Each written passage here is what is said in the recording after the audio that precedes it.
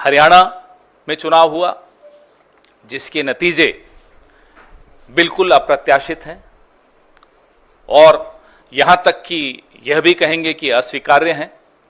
जिस तरह की शिकायतें लगातार आ रही हैं, हर चुनाव महत्वपूर्ण होता है, ऐतिहासिक होता है और जीतने वाले और हारने वाले सबके लिए कुछ न कुछ वो सिखा कर जाता है।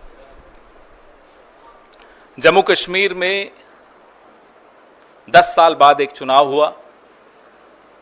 जिन परिस्थितियों में हुआ वो आपके सामने है। कैसे जम्मू कश्मीर को बेइज्जत किया गया, राज्य का दर्जा छीना गया, वो आपके सामने है।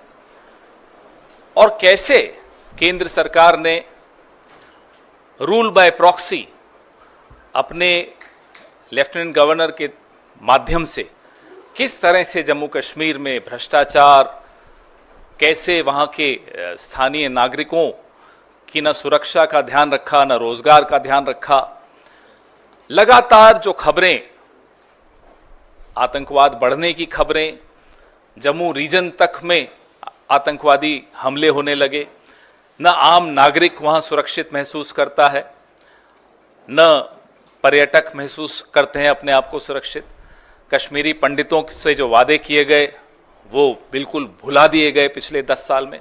ये सब इन परिस्थितियों के बीच में जम्मू कश्मीर में एक चुनाव हुआ, ऐतिहासिक चुनाव था और जम्मू कश्मीर के बाशिंदों ने एक स्पष्ट जनादेश दिया। जम्मू कश्मीर, आज भी हम उसको राज्य ही मानते हैं, तो मैं तो यही कहूँगा कि जम्मू कश्मीर राज्य के लोगों को बहुत बहुत मुबारक कि उन्होंने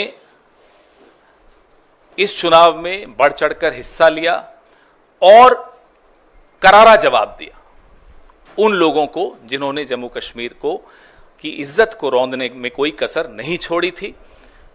जैसा कि आप सब जानते हैं, पूर्ण राज्य का दर्जा छीनकर यूनियन टेरिटरी बनाना अपने आप में अप्रत्याशित था। हरियाणा में चुनाव हुआ जिसके नतीजे बिल्कुल अप्रत्याशित हैं और यहां तक कि यह भी कहेंगे कि अस्वीकार्य हैं। जिस तरह की शिकायतें लगातार आ रही हैं, अभी हम जयराम रमेश जी और मैं जिस कमरे में बैठे थे वहां भी लगातार शिकायतें, हमारे नारनौल के कैंडिडेट राव नरेंद्र सिंह हो गए या पानीपत के कैंडिडेट हो गए, 3 जिलों से, हिसार, महेंद्रगढ़, पानीपत, यहां से लगातार शिकायतें आ रही कि कैसे बैटरीज जो मशीन की थी वो 99% थी और जिन मशीनों की बैटरीज 99% थी उन मशीनों में नतीजा एक आया, हमें हराने वाला नतीजा आया। और जो मशीनें नहीं, जिनको छेड़ा गया, जिनकी बैटरी 60-70% जो स्वाभाविक है होनी चाहिए थी, उसमें हम जीत रहे हैं हमारे कैंडिडेट। तो हम ये सारी शिकायतें इकट्ठी कर रहे हैं। हमारे कैंडिडेट्स ने वहाँ रिटर्निंग ऑफिसर्स को शिकायतें दी हैं और दे रहे हैं अभी, लेकिन आने वाले कुछ दिनों में ये सारी शिकायतें लेकर हम चुनाव आयोग में जल्दी ही जाएंगे और अपनी शिकायत वहाँ दर्ज कराएंगे। इस तरह का नतीजा कहीं भी धरातल पे नहीं दिख रहा था। आप लोग भी गए, हम लोग भी गए, सब घूम रहे थे। कोई ये नहीं मान सकता कि हरियाणा में इस तरह का अप्रत्याशित नतीजा आएगा। हम सब अचंभित हैं। ये अगर एक लाइन में इसको कहा जाए तो ये तंत्र की जीत है और लोकतंत्र की हार है। हम इसे स्वीकार नहीं कर सकते। जयराम रमेश जी से मैं आग्रह करूंगा कि इस प्रेस वार्ता को आगे बढ़ाते हुए अंग्रेजी में अपनी बात रखें। मैं सिर्फ ये बात कहूंगा कि जम्मू और कश्मीर के जनता ने स्पष्ट जनादेश दिया है नेशनल कॉन्फ्रेंस और इंडियन नेशनल कांग्रेस के गठबंधन को। भारी बहुमत से उनको जिताया है। सरकार बनेगी, साझा कार्यक्रम होगा और पूरा प्रयास किया जाएगा। हम पीछे नहीं हटेंगे। इस गठबंधन सरकार की प्राथमिकता यूटी को फिर से पूरे राज्य का दर्जा मिलना ज़रूरी है और यही प्राथमिकता होगी।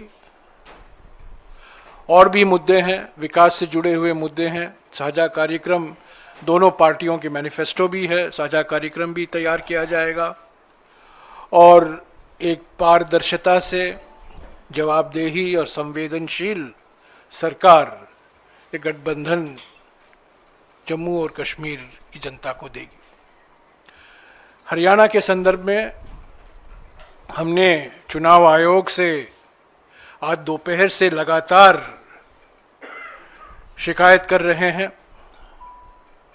उनसे जवाब भी आया है, उस जवाब का जवाब भी मैं दे रहा हूं और उसके बाद भी 3 या 4 जिलों से बड़े गंभीर शिकायत आए हैं। वो सब कल या परसों हम चुनाव आयोग के सामने पेश करेंगे। पर मैं फिर से दोहराना चाहता हूं, हरियाणा के चुनाव के नतीजे अप्रत्याशित हैं, आश्चर्यजनक हैं और इसको हम स्वीकार नहीं कर सकते, क्योंकि ये लोकतंत्र की हार हुई है और तंत्र की जीत हुई है। इसके ऊपर मैं आज कुछ नहीं कहूँगा।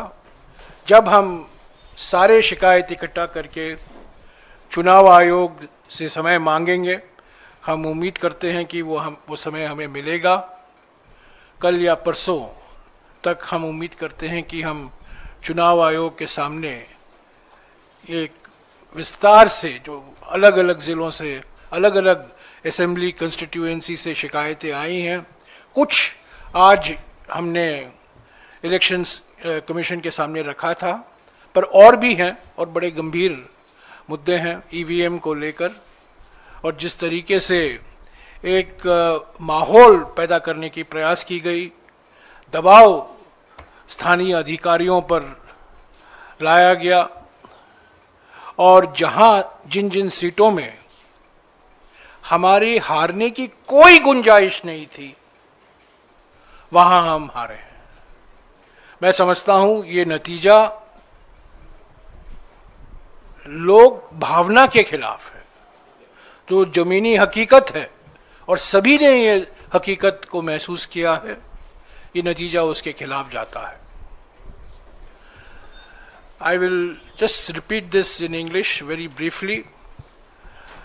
The people of Jammu and Kashmir have given a clear, decisive, convincing mandate to the National Conference, Indian National Congress Alliance. The priority for the alliance government will be the restoration of full statehood for the Union Territory of Jammu and Kashmir. Of course, we have our manifestos, we will have a common program, and both the National Conference and the Indian National Congress are duty bound to give a government, an administration that is responsible, responsive, accountable, and transparent to the people of Jammu and Kashmir. I just want to say that the people of Jammu and Kashmir have defeated the mischievous designs of the BJP to engineer a majority of its own. Till yesterday, this effort was being made, but today, I think the people's verdict has come out very clearly, and the moves of the BJP and those who were managing the elections to somehow cobble up a majority has been defeated. As far as Haryana is concerned, all afternoon I have been in touch with the Election Commission. The Election Commission has replied to my complaints. I have replied to the reply. We have received very serious complaints on the process of counting, the functioning of EVMs in at least 3 districts. In at least 3 districts. There are more that are coming in. We have spoken to our senior colleagues in Haryana. And this information is being collected. We hope to present this in a consolidated form to the Election Commission tomorrow or day after. We will seek time. But I just want to reiterate that the results in Haryana are totally unexpected, completely surprising, and counterintuitive. It goes against ground reality. It goes against what the people of Haryana had made their mind up for, which was for change and transformation. I think under these circumstances, it is not possible for us to accept the results that have been announced today. Serious questions have been raised by our candidates. We will bring it to the notice of the Election Commission.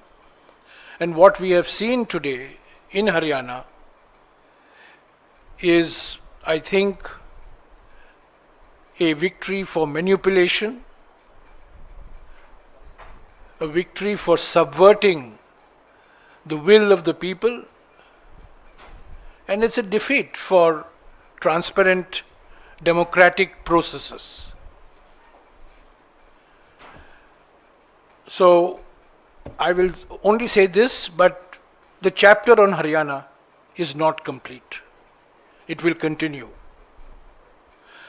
The chapter in Jammu and Kashmir, of course, there will be a coalition government.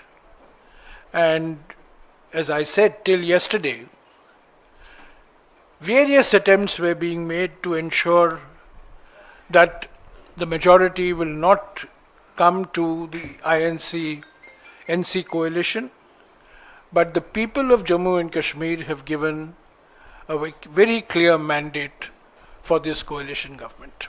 Thank you.